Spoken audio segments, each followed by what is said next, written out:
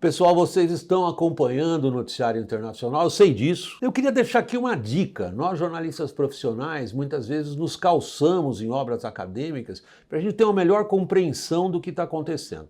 Então se trata agora do fato de Israel ter conseguido matar o líder político / militar do Hamas. Eu não vou entrar na questão do que isso significa para a guerra em si, porque me parece que um livro que seria muito útil para todo mundo que está interessado nessa relação entre o poder político e o poder militar, não importa se nós estamos falando de um grupo terrorista como o Hamas, ou se estamos falando de um Estado-nação, como é o caso de Israel, ou dos Estados Unidos, ou do Brasil, ou de onde for, sempre as decisões políticas e as decisões militares, elas têm uma relação muito forte entre si e se condicionam. E a maneira como elas se condicionam é que se permite entender como que decisões políticas levam ao que os militares são capazes de fazer ou não, e vice-versa. Então, no caso do Hamas, nesse noticiário de Israel ter conseguido liquidar o líder do grupo terrorista. O que isso significa? Cortou a cabeça política e militar, mas o grupo continua lá. Quando a gente vê que Israel conseguiu matar o líder do Hezbollah, Nasrallah, nós estamos falando de que Israel conseguiu decepar a cabeça política, porém não a militar. E por aí vão os exemplos. Mas vamos ao livro em primeiro lugar, para eu continuar o que eu quero dizer a vocês. O livro chama-se The Politics of Command e foi escrito por Lawrence Friedman.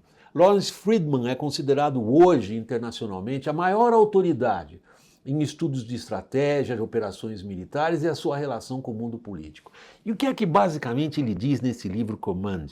A partir do estudo das grandes guerras entre o final da Segunda Guerra Mundial, a Guerra da Coreia, até agora a Guerra da Ucrânia. Inclusive, aqui uma curiosidade para vocês, um dos exemplos que ele cita é Che Guevara na África.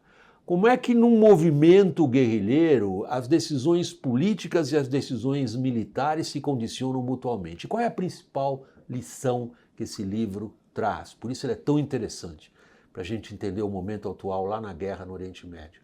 É que os objetivos militares só conseguem ser atingidos quando os objetivos políticos foram razoavelmente bem desenhados. E aí a gente vai para o problema central. Será que o objetivo político do Hamas, destruir o Estado de Israel, tem condições militares de ser executados? Evidentemente não.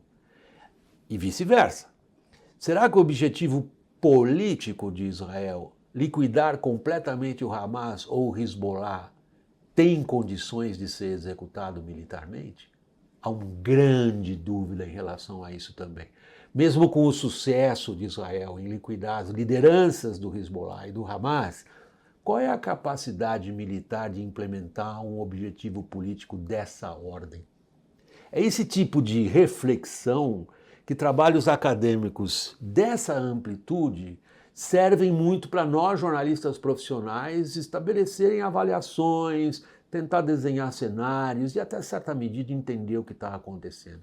Fica então a sugestão para vocês, o livro é em inglês, eu tenho certeza que é uma leitura que vai enriquecer e ajudá-los muito a acompanhar o nosso noticiário. E fiquem conosco, muito obrigado pela atenção.